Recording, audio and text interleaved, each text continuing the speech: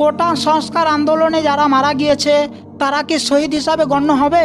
তারা কি সবাই জান্নাতি? এ বিষয়ে ইসলাম কি বলে?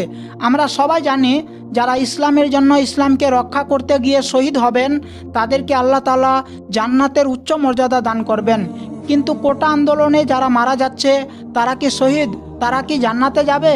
প্রিয় বন্ধুরা, গত মাস থেকে নিয়ে এখনও পর্যন্ত বাংলাদেশে কয়েক লক্ষ ছাত্র রাস্তায় নেমে প্রতিবাদ জারি রেখেছে। প্রথমে এই প্রতিবাদ খুব শান্তিপূর্ণ ছিল, কিন্তু পরবর্তী ক্ষেত্রে একটা হিংসাত্মক ঘটনায় পরিণত হয়।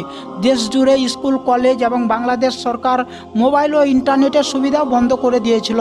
এই ঘটনায় অনেকে মারা যায় এবং অনেকে খুব খারাপভাবে ঘায়েল হয়। একটি স্বাধীন গণতান্ত্রিক দেশে হাসিনা সরকারের পুলিশ এবং আর্মিরা ছাত্রদের উপর গুলি বর্ষণ করে, সাধারণ ছাত্রদের হত্যা করার জন্য হেলিকপ্টার ব্যবহার করে। সরকারিভাবে 20,000 জনের বেশি জখম হয়ে আছেন আর অফিসিয়ালিভাবে 200 জনেরও বেশি মৃত্যু হয়ে গেছে। কিন্তু আনঅফিসিয়ালিভাবে যদি দেখা যায় তাহলে 1000-এর বেশি মানুষ ইন্তেকাল করেছেন আর 1000-এরও বেশি ভীষণভাবে ঘায়েল হয়ে আছেন। যাই হোক, এই কোটা আন্দোলনের ফলে যিনারা মৃত্যুবরণ করেছেন তারা কি শহীদ? তারা কি জান্নাতি? তো আসুন জেনে নিই এ বিষয়ে ইসলাম কি বলে।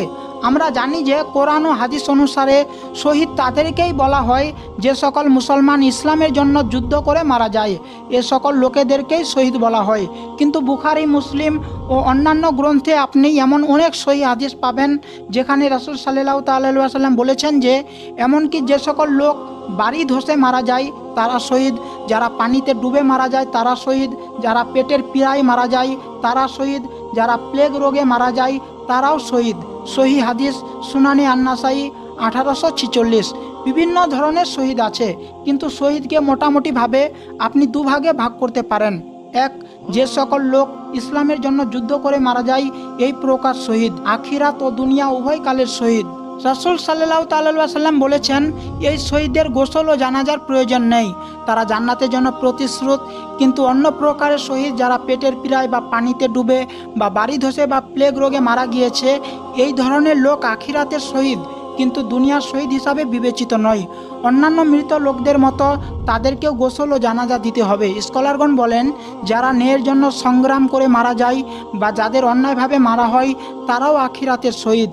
তাই এই বাংলাদেশের শিক্ষার্থীরা যদি ন্যায়ের জন্য সংগ্রাম করে থাকে এবং তাদেরকে যদি অন্যায়ভাবে মারা হয়, তবে যাদের এই সংগ্রামে মারা হয়েছে তারা অবশ্যই শহীদ।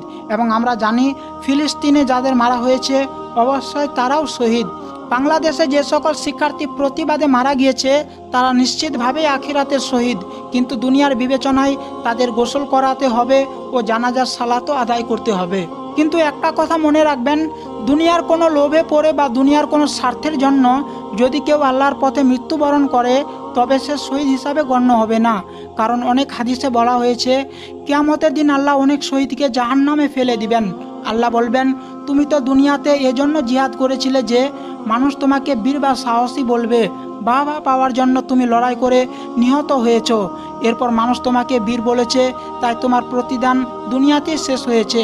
আমার কাছে তোমার কোনো প্রতিদান গচ্ছিত নেই, সুতরাং তুমি জাহান্নামে যাও।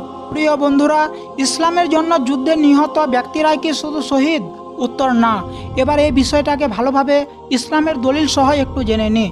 আবু জাফর রাদিয়াল্লাহু তাআলা আনহু থেকে বর্ণিত, তিনি বলেন রাসূল সাল্লাল্লাহু তাআলা আলাইহি ওয়াসাল্লাম বলেছেন যে ব্যক্তি জুলুমের কারণে মারা যায় সে শহীদ। সুনানে আন-নাসাই হাদিস নম্বর 4093। হাদিসের মান সহিহ হাদিস। সাউদ ইবনে যায়েদ রাদিয়াল্লাহু তাআলা আনহু সূত্রে নবী সাল্লাল্লাহু তাআলা আলাইহি ওয়াসাল্লাম থেকে বর্ণিত, তিনি বলেন যে ব্যক্তি নিজের মাল রক্ষার্থে যুদ্ধ করে মারা যায় সে শহীদ। এমনিভাবে যে ব্যক্তি নিজের প্রাণ রক্ষার্থে যুদ্ধ করে মারা যায় সে শহীদ, এবং যে নিজ পরিবারের লোকের জন্য যুদ্ধ করে মারা যায় সে শহীদ। সুনানে আন-নাসাই হাদিস নম্বর 4094। হাদিসের মান সহিহ হাদিস। প্রিয় বন্ধুরা, আপনারা জানতে পারলেন কোটা আন্দোলনে যারা মারা গিয়েছে তাদেরকে শহীদ বলা যাবে কিনা।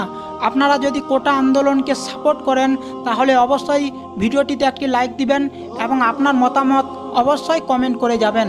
আর চ্যানেলে নতুন এসে থাকলে চ্যানেলটি সাবস্ক্রাইব করে পাশের বেল আইকনে অলে প্রেস করে আমাদের সাথে থাকবেন নতুন নতুন ইসলামিক ভিডিও পাওয়ার জন্য। আজকের জন্য এতটুকুই। এতক্ষণ সাথে থাকার জন্য ধন্যবাদ।